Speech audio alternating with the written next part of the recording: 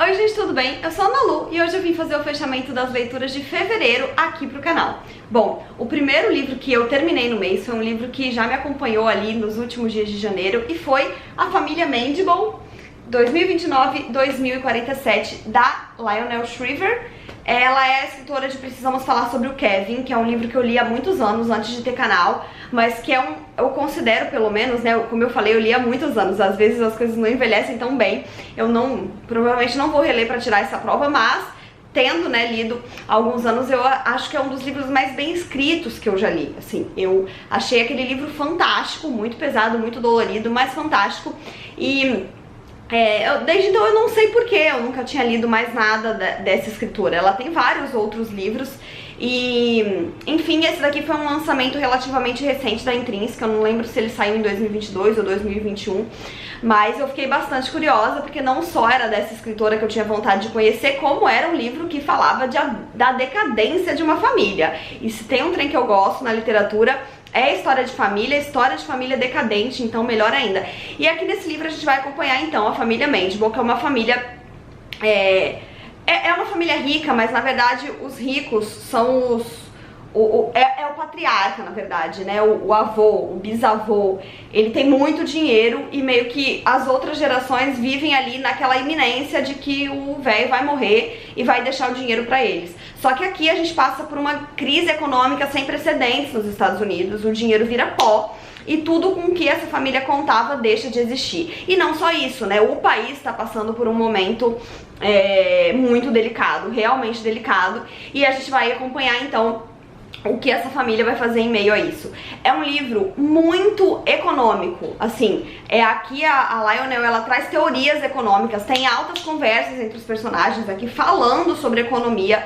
Eu confesso que em alguns momentos eu achei cansativo, mas mais uma vez, assim, ela tem uma técnica que ela faz parecer que o livro é de não ficção. Eu achei muito isso quando eu li o Precisamos Falar Sobre o Kevin. Eu falei, não é possível que esse livro com tanto detalhe, com tanto...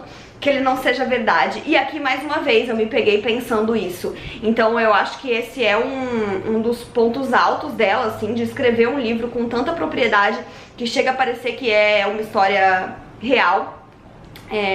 Mas eu entendo que acabe sendo um pouco enfadonho nesses momentos de muita economia. Eu acabei comprando a ideia, no início eu me cansei, depois eu comprei, mas eu acredito que pra muita gente possa ser, sim, um pouco chato.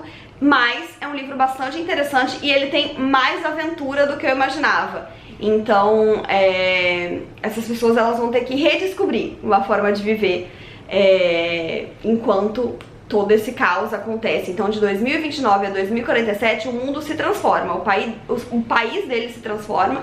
E é importante lembrar, eles eram uma família muito privilegiada, né, que tinha muito conforto e, enfim, gostei do livro. Não Precisamos Falar Sobre o Kevin, mas ele é bem interessante e ele tem muita coisa, enfim, muita coisa, muito conteúdo, muitas camadas, e eu vou tentar estudá-lo ainda melhor para trazer uma resenha aqui.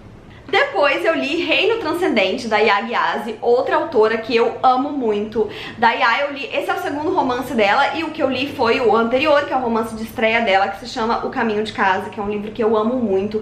Tem resenha pra ele aqui no canal, se eu não me engano eu li em 2017, 2018, não sei, mas eu amo muito. E aí, em 2021, veio esse livro aqui, o segundo romance dela, Reino Transcendente.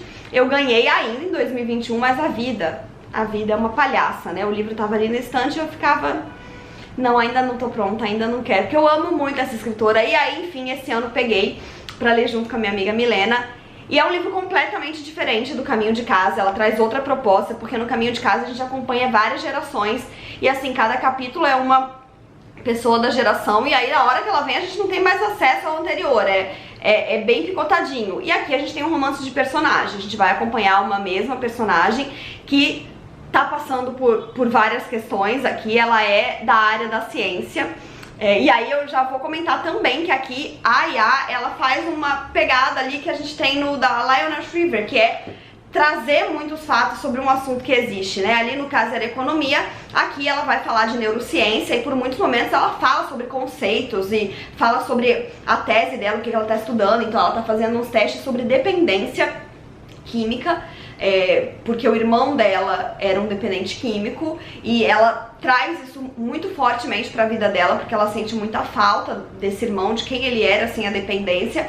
E ela vai estudar isso, né, no seu, eu já não sei se é mestrado, se é doutorado, acho que é doutorado. E ela vai fazendo esses testes com ratinhos pra testar o quanto eles conseguem se libertar ou não de uma dependência. É bastante interessante todas as partes que ela fala isso, mas também a gente tem bastante a vida pessoal dela aqui, a relação dela com a mãe. Ela fala bastante da mãe aqui. A mãe dela tem uma depressão muito profunda desde que os problemas com o irmão começaram a acontecer, e ela precisa lidar com a vida dela fora de casa, né, sendo uma adulta e cuidando dessa mãe, tentando fazer com que essa mãe levante da cama. Então é um livro cheio de gatilhos, eu acredito, de doença mental, de dependência, mas mais uma vez é um livro bastante bem escrito, muito bem trabalhado. Continuo gostando muito da escrita da IA e acho que vale bastante a pena.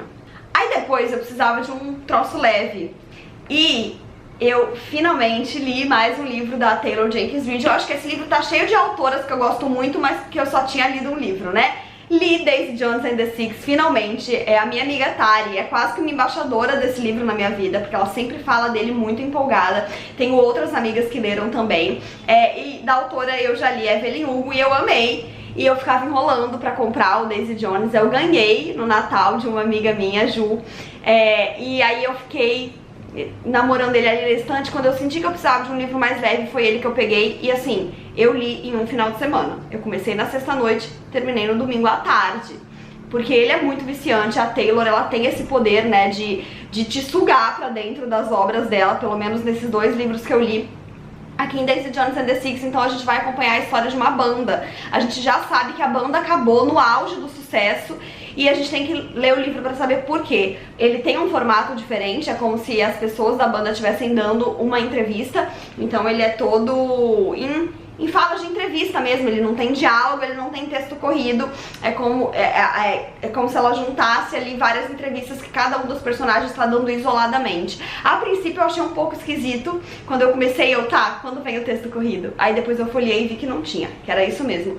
Mas eu me adequei rápido e é impressionante como o ritmo é acelerado, assim. Acho que foi até isso que me fez ler bastante rápido. A gente vai ouvindo as versões dos personagens sobre a história da banda como um todo, até chegar no ponto em que ela acabou. E é interessante porque nunca existe uma visão só do que acontece, né? Então às vezes um personagem que deu uma versão, logo depois a gente tem outro personagem que falou outra coisa. E é interessante pegar esses buracos, assim, você ficar pensando, quem será que tá trazendo a melhor versão da história? Enfim, um livro bastante interessante. Eu adorei que eu li ele bem na hora de lançar a série, porque eu nem precisei esperar tanto pela série. Eu mal acabei de ler e já começou a série. Eu estou então podendo viver essa história já de uma outra maneira aí na televisão. E, enfim, gostei bastante desse livro. Ainda prefiro Evelyn Hugo, mas, porque, como eu sempre falo, eu me interesso mais pelo rolê Hollywood do que pelo rolê bandas, né? Então,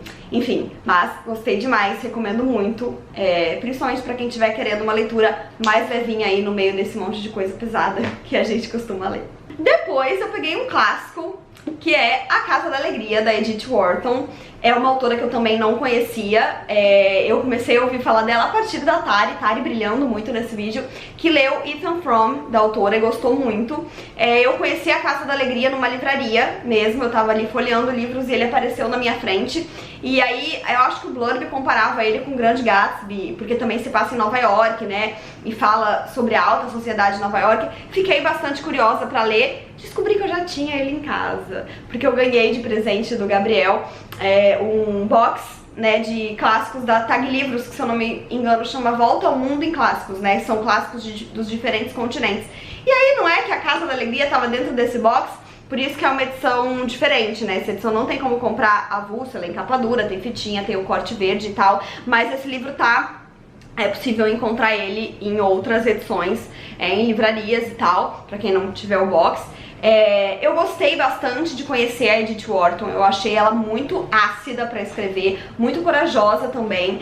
No livro dela a gente tem uma personagem que não tem nada de heroína, assim, de cara. Depois a gente vai percebendo que talvez ela seja mais heroína do que a gente pense a princípio, mas é uma personagem que ela quer fazer parte da sociedade a qualquer custo, porque é de lá que ela veio, mas os pais dela já morreram e não deixaram dinheiro, então ela não quer sair dessa sociedade, ela não quer perder o padrão de vida que ela já teve, mas a verdade é que ela não tem mais condição de manter isso, e para que ela consiga se manter ali, ela tem que fazer um bom casamento. Só que muito diferente de um livro da Jane Austen, por exemplo, em que a família tá ali botando aquela pressão, e que a personagem queira um amor romântico, aqui a própria protagonista assume que ela precisa fazer um casamento por dinheiro e ela vai atrás disso, e é interessante de acompanhar. E enfim, acontecem várias outras reviravoltas na história também, que vão mostrando toda a hipocrisia dessa sociedade, que a gente já imagina muito bem que exista. Gostei muito do livro, adorei conhecer a Edith Wharton e já tô bem curiosa pra ler outras obras dela. Falo mais quando sair a resenha.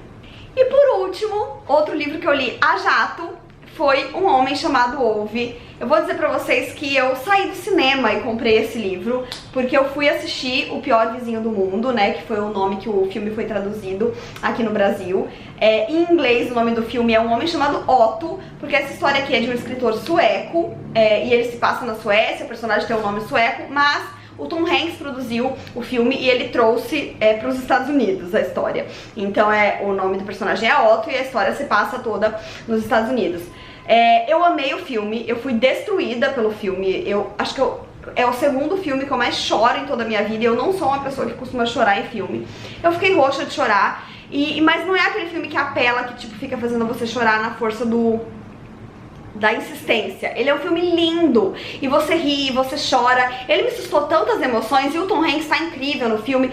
Assistam. Mas eu saí do cinema e eu quis comprar o livro, e aí assim que chegou o livro eu li, que é outra coisa também que eu raramente faço, e eu gostei demais. Aqui a gente vai acompanhar a história do Ove, que é um senhor de 60 anos, muito rabugento, que vive num condomínio de casinhas todas iguais. Ele foi um dos primeiros moradores dali, e ele meio que inferniza a vida dos vizinhos, porque ele quer garantir a ordem a qualquer custo, ele quer garantir que aquele condomínio continue impecável, e ele levanta todo dia às 5h30 da manhã pra fazer uma ronda e observar se tá tudo do jeito que deveria ser, se tá todo mundo cumprindo as regras. Ele é muito mal-humorado, só que isso é só uma máscara, né? A gente vai descobrir mais sobre a vida dele, na verdade, o Ove. Ele é um viúvo que não consegue superar a perda da esposa dele, que sempre foi sua grande companheira, e a gente vai conhecendo essa história dele à medida que a gente lê o livro, e que ele vai se relacionando com os outros vizinhos, porque o grande plot assim do livro é que se muda